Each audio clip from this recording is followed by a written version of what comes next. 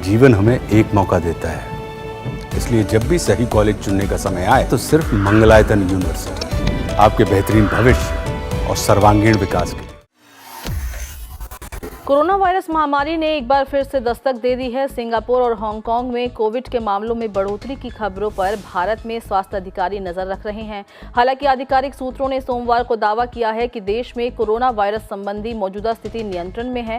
स्वास्थ्य सेवाओं के महानिदेशक की अध्यक्षता में सोमवार को राष्ट्रीय रोग नियंत्रण केंद्र, आपात चिकित्सा राहत विभाग, आपदा प्रबंधन प्रकोष्ठ, भारतीय आयुर्विज्ञान अनुसंधान परिषद और केंद्र सरकार के अस्पतालों के विशेषज्ञों की बैठक हुई। इस बैठक में एक आधिकारिक सूत्र ने कहा है कि बैठक में निष्कर्ष निकला कि भारत में वर्तमान कोविड-19 स्थिति नियंत्रण में है। 19 मई तक उपलब्ध आंकड़ों के अनुसार भारत में कोविड-19 के पुष्ट मामलों की मौजूदा संख्या 257 है, जो देश की बड़ी आबादी को देखते हुए बहुत कम है। सूत्रों ने कहा कि इनमें से लगभग सभी मामले मामूली हैं, जिनमें अस्पताल में भर्ती होने की आवश्यकता नहीं है। अस्पतालों को इन्फ्लुएंजा जैसी बीमारियों और श्वसन संक्रमण के गंभीर मामलों की निगरानी करने के लिए कहा गया है। केंद्रीय स्वास्थ्य मंत्रालय स्थिति की बारीकी से निगरानी करने में सतर्क और सक्रिय है और ये सुनिश्चित कर रहा है कि सार्वजनिक स्वास्थ्य की सुरक्षा के लिए उचित उपाय किए जाएं।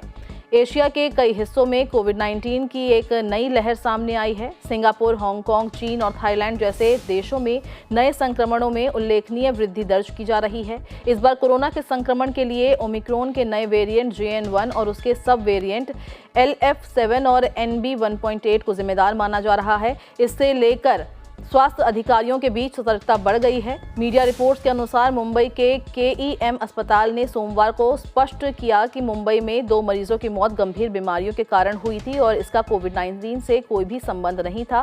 बृहन मुंबई महानगर पालिका यानी कि BMC ने कहा कि परेल के किंग एडवर्ड मेमोरियल अस्पताल में कोविड-19 के 2 संक्रमित मरीजों, एक की उम्र 14 वर्षीय लड़की और एक 54 वर्षीय महिला की मौत की सूचना मिली है। हालांकि अस्पताल अधिकारियों ने स्पष्ट किया है कि ये मौतें कोविड-19 के कारण नहीं बल्कि हाइपोकैल्सेमिक दौरे और कैंसर के साथ नेफ्रोटिक सिंड्रोम जैसी गंभीर बीमारियों के कारण हुई है। इसलिए लोगों को घबराने की कोई ज़रूरत नहीं है। KEM अस्पताल में 2 मरीजों की मौत के बाद अस्पताल ने रविवार देर रात कोविड-19 के लिए पॉजिटिव पाए गए 8 मरीजों को अंधेरी के सेवन हिल्स अस्पताल में स्थानांतरित कर दिया है। वहीं अभिनेत्री शिल्पा शिरोडकर का corona virus test report positive आया है। सोशल मीडिया पर पोस्ट में उन्होंने कोरोना से संक्रमित होने की पुष्टि की है। पोस्ट में उन्होंने लिखा है कि हेलो दोस्तों, मैं आप सबको ये बताना चाहती हूँ कि मैं कोविड-19 से पॉजिटिव पाई गई हूँ। मेरा आपसे निवेदन है कि सभी सुरक्षित रहें और अपने मास्क को पहने रखें। इस तरह से शिल्पा शिरोडकर ने अपनी हालत की जानकारी दी।